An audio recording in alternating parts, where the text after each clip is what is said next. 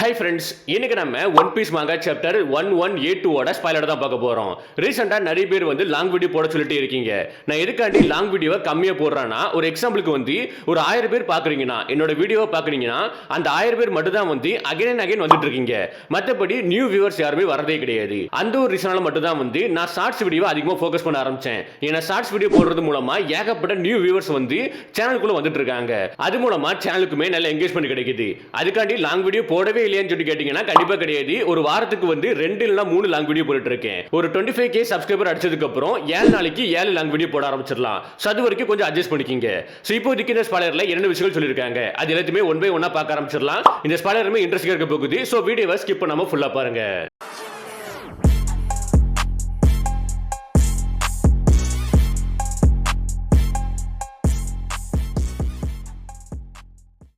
ஜோரோ சாஞ்சியை காமிக்கிறாங்க. ரெண்டு பேருக்கு நல்லாவே இன்ஜுரி ஏற்பட்டிருக்குது.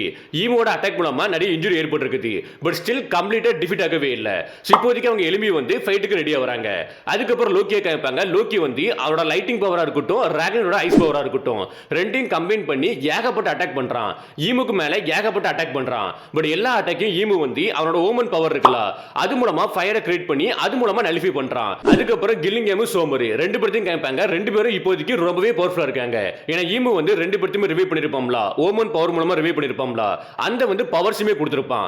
அது மூலமா ரெண்டு பேரும் இப்போதைக்கு ரொம்பவே பவர்ஃபுல்லா இருக்காங்க. இதுக்கு முன்னாடி பார்த்ததை விட ரொம்பவே பவர்ஃபுல்லா இருக்காங்க. எக்ஸாம்பிளுக்கு சோமர் இருக்காம்ல, அவன் இப்போதைக்கு ஒரு மிகப்பெரிய ஷிப்பை, அதுவும் ஜெயிண்டோட ஷிப்பை வந்து தானாவே கேரி பண்றான். முதுகுல கேரி பண்ணி கொண்டு வந்துட்டு இருக்கான். சோ இப்போதைக்குமே அந்த பிளான் வந்து கேரி ஆயிட்டு தான் இருக்குது. லைக் வந்து சில்ட்ரன்ஸை கிட்னாப் பண்ணிட்டு போகக்கூடிய பிளான் வந்து இனிமே நடந்துட்டு தான் இருக்குது. அந்த பிளானுக்கு தான் வந்து மிகப்பெரிய ஷிப் எடுத்து வந்துட்டு இருக்கான். ஜெயிண்ட் ஷிப் எடுத்து வந்துட்டு இருக்கான். அதுக்கப்புறம் கில்லிங்கம் கேட்பாங்க. கில்லிங்கம் இப்போதைக்கு ஏகப்பட்ட ட்ரீம் மான்ஸ்டர்ஸ் உருவாக்கிட்டு இருக்கான். அந்த ட்ரீம் மான்ஸ்டர்ஸ் எல்லாமே இதுக்கு முன்னாடி வந்த ட்ரீம் மான்ஸ்டர்ஸ் விட ரொம்பவே பவர்ஃபுல்லா இருக்குது. குறிப்பா அவனுக்குன்னு ஒரு சில பயம் இருக்கும் பாத்தீங்களா, அந்த பயத்தை வந்து அவன் ட்ரீம் மூலமா வெளிய கொண்டு வந்துட்டு இருக்கான். ட்ரீம் மான்ஸ்டர்ஸா வெளிய கொண்டு வந்துட்டு இருக்கான். அதுல ஒரு முக்கியமான ட்ரீம் மான்ஸ்டர் தான் வந்து ஜாசா, ரெயின் கார்னசி. வேர்ல்ட் கவர்மெண்ட்டுமே இத பத்தி தான் அதிகமா பயப்படுறாங்களாம். அண்ட் அந்த ஜாசா வந்து ரொம்பவே பவர்ஃபுல்லா இருக்குது. ஏன்னா என்டையர் வில்லேஜ் வந்து ரொம்பவே அசால்ட்டா வந்து ஃப்ளட்டால முழுகடிச்சிட்டு அந்த அளவுக்கு இந்த ஜாசா வந்து ரொம்பவே பவர்ஃபுல்லா இருக்குன்னு நமக்கு மென்ஷன் பண்ணிருக்காங்க. பட் ஸ்டில் வந்து இது வந்து ஒரு ட்ரீம் மான்ஸ்டர் தான், ரியல் காட் கிடையாது. அதுக்கப்புறம் சோரோவர் கூட சாஞ்சியா இருக்கட்டும், ரெண்டு பேருமே சோமர் கூடயும் கில்லிங்கம் கூடயும் ஃபைட் பண்ண ரெடியா இருக்காங்க.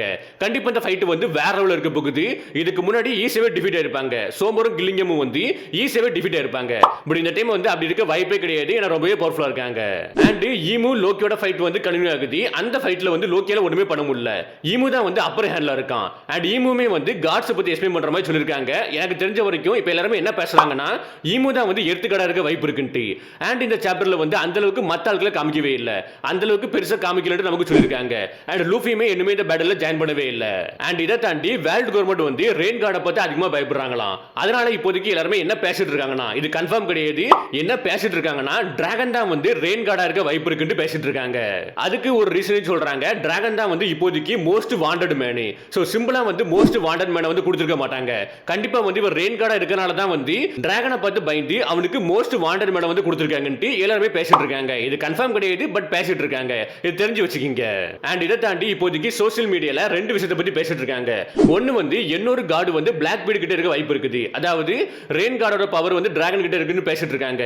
இன்னொன்னு ஃபாரஸ்ட் கார்டோட பவர் வந்து நம்ம ஈமு கிட்ட இருக்குன்னு. அண்ட் சன் கார்டோட பவர் வந்து நம்ம லூஃபி கிட்ட இருக்குது. இத தாண்டி இன்னொரு கார்டு உண்டு பாத்தீங்களா, அந்த கார்டோட பவர் வந்து பிளாக் பீட் கிட்ட இருக்க வாய்ப்பு இருக்குன்னு எல்லாருமே பேசிட்டு இருக்காங்க.